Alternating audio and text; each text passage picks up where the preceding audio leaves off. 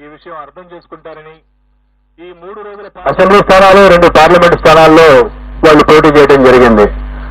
Janasena 2 parliament స్థానాల్లో గెలవబోతా ఉంది.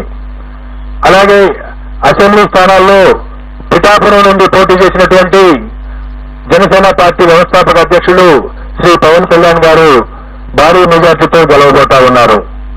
అలాగే ఆ పార్టీలో మరొక ముఖ్య నాయకుడైనటువంటి శ్రీ నాదెండ్ల మనోహర్ గారు గుంటూరు జిల్లా తెనాలి నుండి గెలవబోతా ఉన్నారు.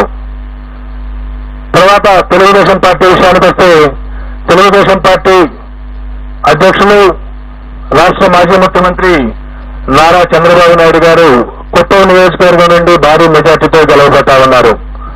అలాగే వారి తనయుడు మాజీ మంత్రి శ్రీ నారా లోకేష్ మంగళగిరి నుండి గెలవబోతా ఉన్నారు. అలాగే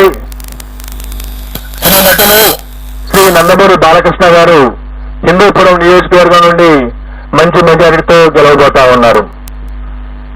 ఈ విధంగా ప్రతిపక్ష పార్టీలకు సంబంధించి ముఖ్య నాయకుల విషయాన్ని చూసుకున్న తర్వాత ఆంధ్రప్రదేశ్ అధికారంలో ఉన్నటువంటి వైఎస్ఆర్ కాంగ్రెస్ పార్టీ యొక్క మంత్రివర్గంలో అనేక మంది మంత్రివర్గ సభ్యులు తీవ్రమైనటువంటి పోటీ ఎదుర్కొంటున్నారు.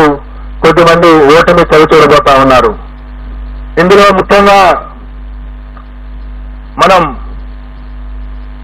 ఆంధ్రప్రదేశ్ ముఖ్యమంత్రి శ్రీ వైఎస్ జగన్మోహన్ రెడ్డి గారు పులివెందుల అసెంబ్లీ నియోజకవర్గం నుండి భారీ మెజార్టీతో గెలవబోతా ఉన్నారు.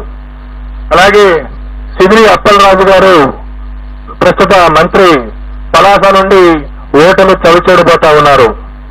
అలాగే ధర్మాన ప్రసాదరావు గారు శ్రీకాకుళం అసెంబ్లీ నియోజకవర్గం నుండి వారు గట్టి పోటీ ఎదుర్కోబోతున్నారు.